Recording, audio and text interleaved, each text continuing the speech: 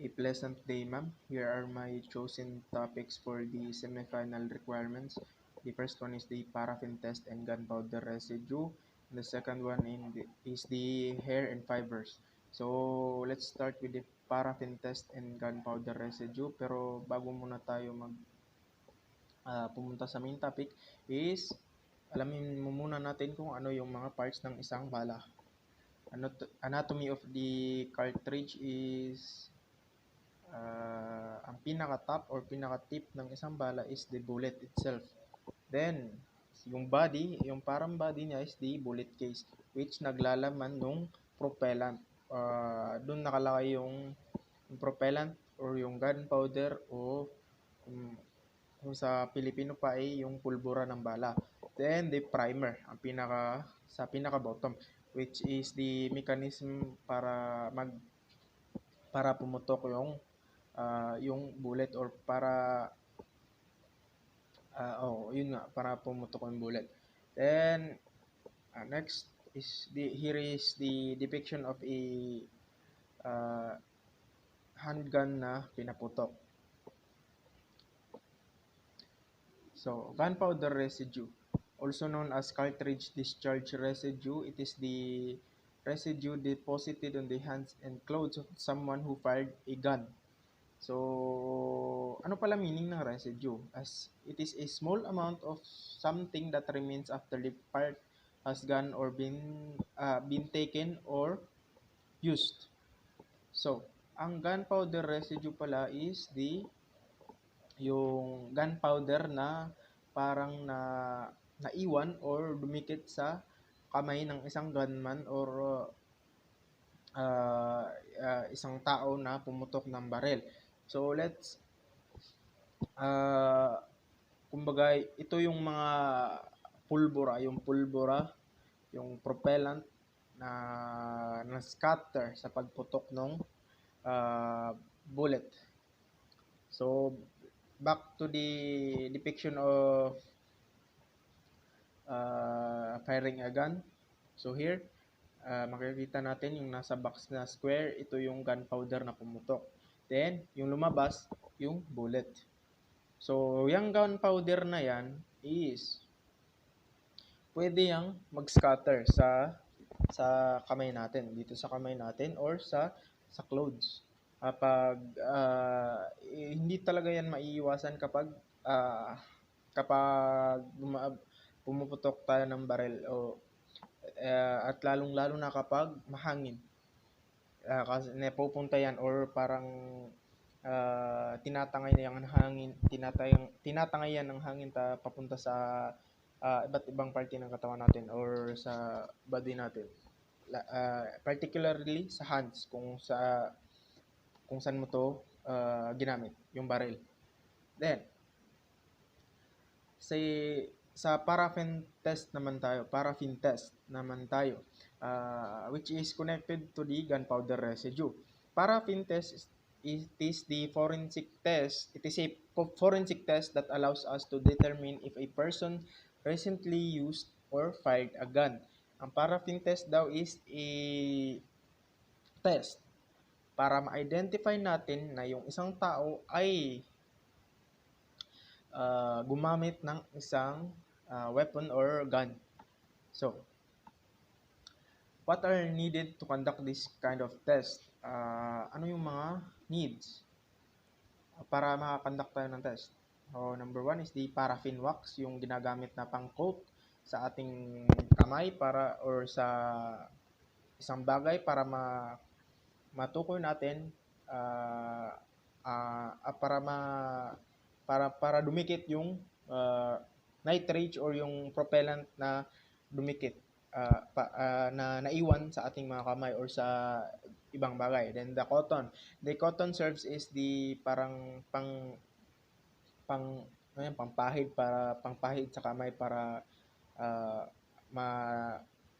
matabunan tong kuan ba para ang wax ma-distribute properly sa atong mga kamot.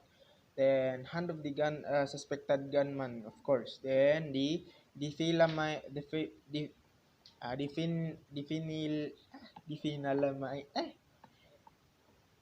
phenylamine acid solution. This is the solution or the acid na para if uh, if uh, nag uh, uh, nag-contact siya or nag-contact siya sa isang propellant doon sa paraffin wax na dumikit doon is parang ma-identify mo siya, parang mag-glow siya ng bluish.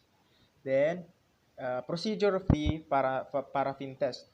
The test is performed by covering the suspect hands with a layer of paraffin using the cotton. The cotton. Yung paraffin wax muna is tinutunaw. Then, gamit yung cotton, ini-distribute ito sa kamay ng gunman.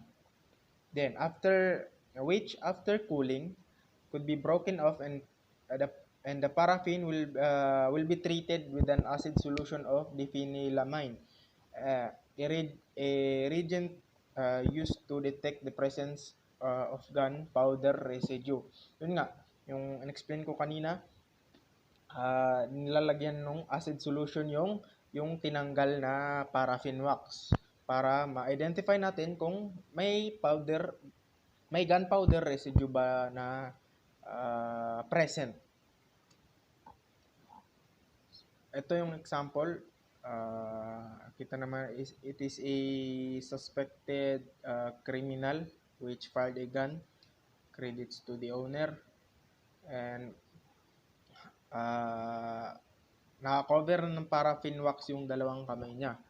Then pagkatapos niyan, tatanggalin yung wax or tatanggalin yung kamay niya, then parang isusubsub siya sa solution or papatuluan siya ng acid solution para ma-identify nila yung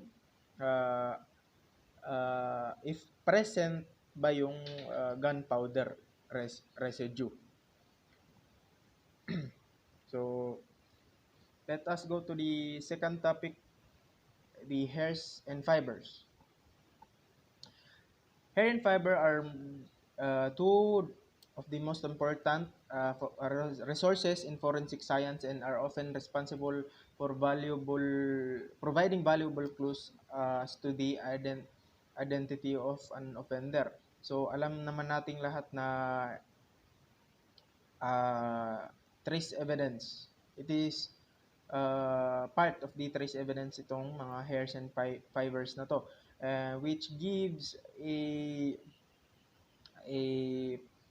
napakalaking chance para matukoy natin yung isang offender. Then, hair and forensic definition. A hair is a fibrous outgrowth from the skin of mammals and consists of three anatomical regions: the cuticle, medulla, and cortex. And these regions will give us the information we need, just like the DNA.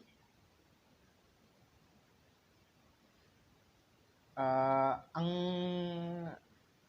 hair can be observed in two ways: the macroscopic and the microscopic.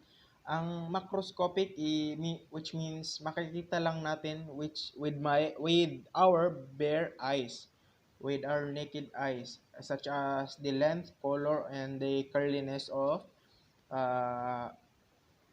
hair. Makikita mo yan.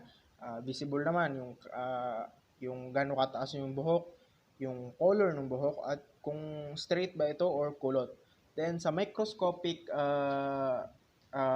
way of observing a hair, dyan natin makikita yung mga pattern of the medulla, pigmentation of the cortex, and types of scales on the cuticle.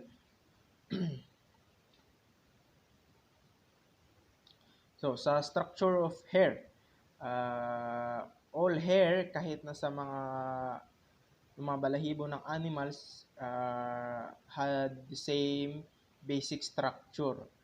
May two parts yan, the follicle and the shaft. Ang follicle is parang yung pinaka-tip na nakikita natin sa buhok na naka-attach sa ating skin. Then yung shaft, ay hindi. Yung shaft pala is yung pinaka-tip na nakikita natin sa pinaka-bottom na nakikita natin naka-attach sa ating skin. Then yung follicle is yung nasa skin na mismo, yung parang ugat ng ating hair. Then may 3 layers ang hairs. The cuticle, the cortex, and the medulla. The cuticle is the outer most layer of the hair, and the middle layer is yung parang naka-coat, parang middle layer, yung cortex, parang kino-coat niya yung medulla na pinaka center or pinaka core ng shaft. So, fibers in forensic definition. Fibers are small pieces of textile material that can provide a lot of information about a crime scene. Fibers can be matched to pieces of clothing, vehicle, and other sources, as well as indicate if and how much physical contact occurred. Ang fibers daw is a small pieces of textile material. Ang small pieces of textile material, mga tela. Yung pinaka small part niya, then it can provide so much information about crime scene. Kaya ang hairs and fibers are considered or mga important na evidences sa crime scene. So, classifying fibers, we have natural and synthetic fibers. Natural fibers derived from animals, plants, and minerals. Ito yung mga fibers na ito yung mga tela na kinuha sa animals, plants, and minerals. Katulad ng mga baga sa Bisaya, papanit sa buhaya, mga kind of fibers. Then sa synthetic is a man-made fibers produced in a laboratory. The fibers are produced by joining many monomers together to form a polymers. Ito namang synthetic is parang yung bago ng Nike, Adidas na fiber, yung gawa sa plastic. It is man-made para maka-recycle sila. Para ma-reuse and recycle nila yung mga plastics, ginawa nilang fibers which dumaan ito sa madaming proseso para maging from plastic to clothing or fiber. Then the transfer of fibers. Direct transfer. Fibers are transferred directly from victim to suspect or suspect to victim, vice versa. Example, a jacket fiber from a suspect is transferred to the body of a victim. Example niyan, kumbaga, yung biktima is nakalmot niya yung suspect which nag-leave ng fibers sa kanyang kuko. Then yun is a direct transfer. Then secondary transfer is fibers are transferred from a source to the suspect and then to a victim, or from a source to a victim and then to the suspect. Example, carpet fibers from suspect's house is transferred to the suspect, who when transfers those fibers to the victim's clothing. For example, ito yung fiber, yung fiber ng clothing, fiber ng clothing sa bahay ng isang suspect is nag-transfer siya by means of kumbaga na naihipan ng hangin, then dumampi sa part of the clothing niya, then pag commit niya ng crime, nahulog sa body ng victim. That is the secondary transfer. Parang yung fiber sa loob ng bahay ng uh, um, suspect is parang sumakay or murag niuban sa iyaha, then pag commit niya sa crime, nahulog, natagak sa body sa victim. So that's all for the semifinal requirement, ma'am, and thank you for listening.